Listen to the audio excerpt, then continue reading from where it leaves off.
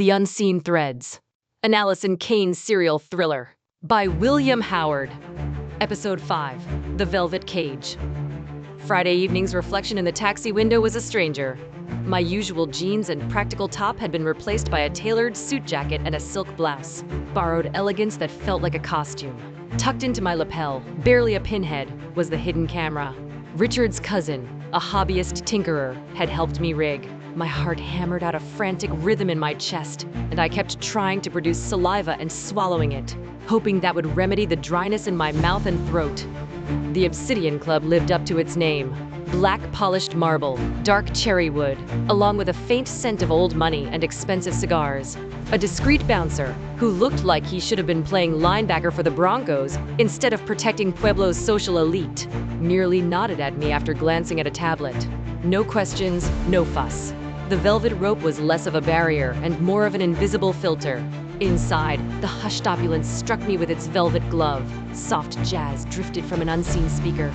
Dim, targeted lighting illuminated small, intimate seating arrangements. Every surface gleamed. I inhaled a deep breath, tried to calm the slight tremor in my hands, and then let it out.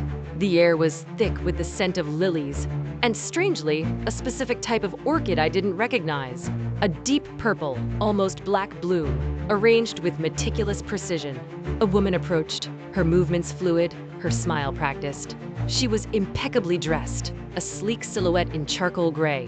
Miss Cain? Allison, correct? I'm Eliza.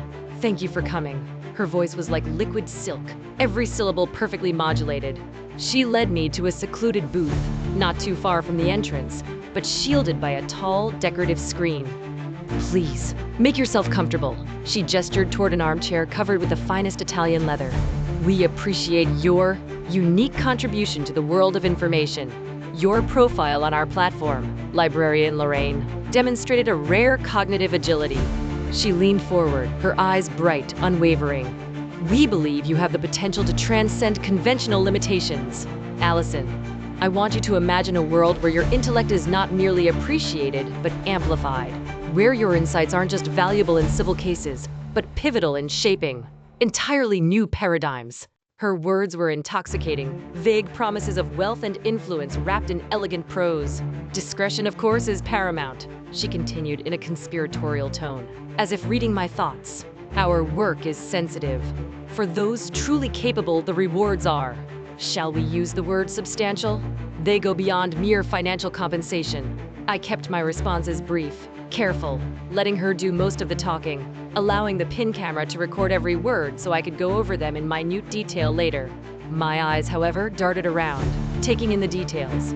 The security was invisible but palpable, the subtle placement of cameras in the corners, and an attentive but unobtrusive staff. That's when I saw them.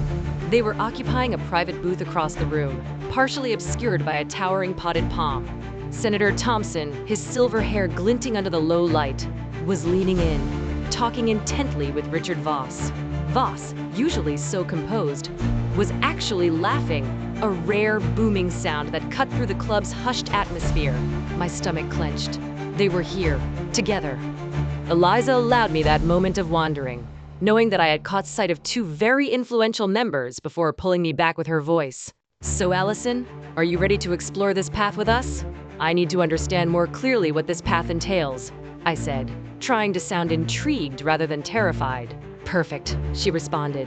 We want you to be entirely comfortable with your decision. I suggest you take some time to look around, get to know some of the other members. I was about to excuse myself from her, but she stood, smiled, and slipped away before I was able to form the words on my lips. My mind was buzzing from the conversation and the uneasy sighting of Thompson and Voss. Instead of mingling, I moved towards the exit, my hand still instinctively touching the hidden camera.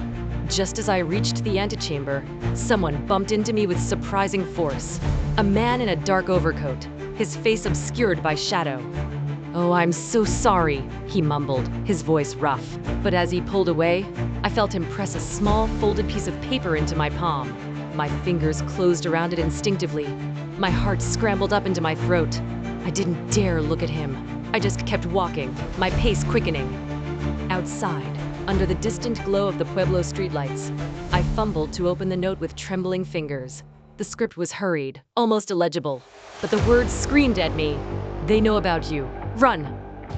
Come back for The Unseen Hand, Episode 6 of The Unseen Threads, an Allison Cain serial thriller.